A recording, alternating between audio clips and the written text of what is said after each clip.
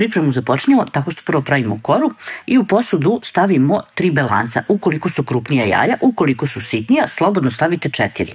I njih ćemo umutiti sa 3 kašike kristal šećera. Pošto dobro umutimo belanca, dodajem jedno po jedno žumance i 50 ml ulja postepeno sipajući.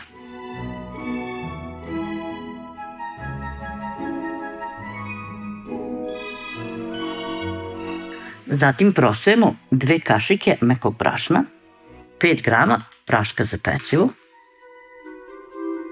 i 2 kašike kakaa.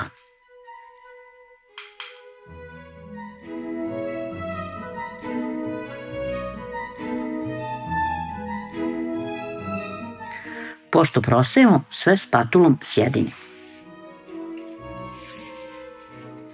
Kada nam se svi sastojci povežu, masa za koru je gotova. Uključimo renol da se zagreje na 180 stepeni, a onda kalup u kojem će se kora peći obložimo papirom za pečenje. Ivica ovog kalupa premazat ću uljem kako bi kora lakše se odvojila. Inače, dimenzija ovog pleha su 25 x 25 cm.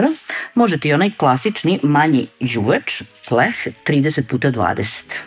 Ukoliko volite deblju koru, slobodno stavite još jedno jaje. Pošto poravnamo, lupimo jednom ili 2 puta i nosimo da se peče.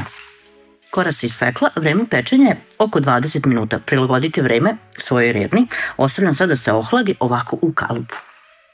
Kada se kora ohladi, skinemo papir pa kalup vratimo, jer ćemo u ovom kalupu filovati. A onda koru izbušimo malo viljuškom, pa prelijemo mlekom.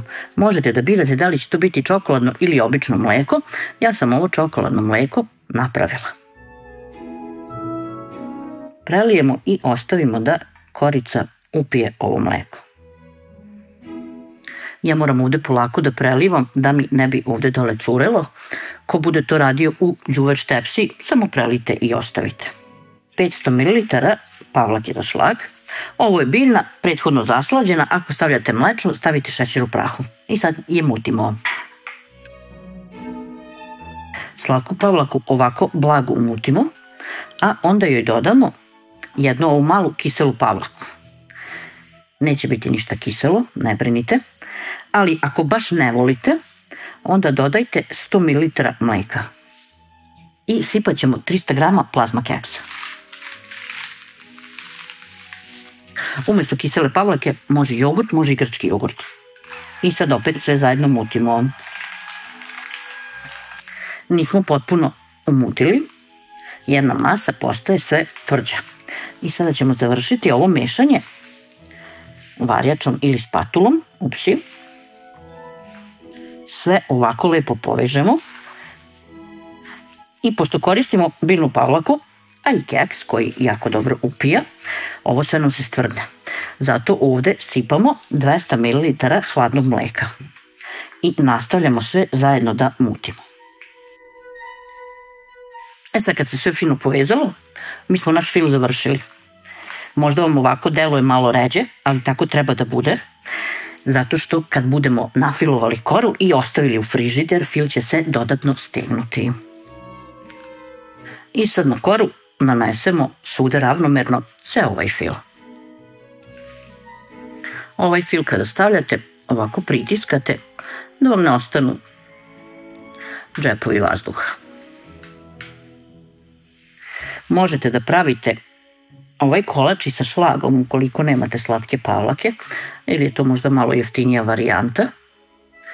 Onda stavite nekih 100 g šlaga, umutite sa 200 ml mleka. Ali vam onda neće toliko trebati posle mleka koje ćete dodavati. Treba će vam manje. Kad ovako fino poravnamo, ostalo je da uradimo dekoraciju, a to uradite po svom izboru.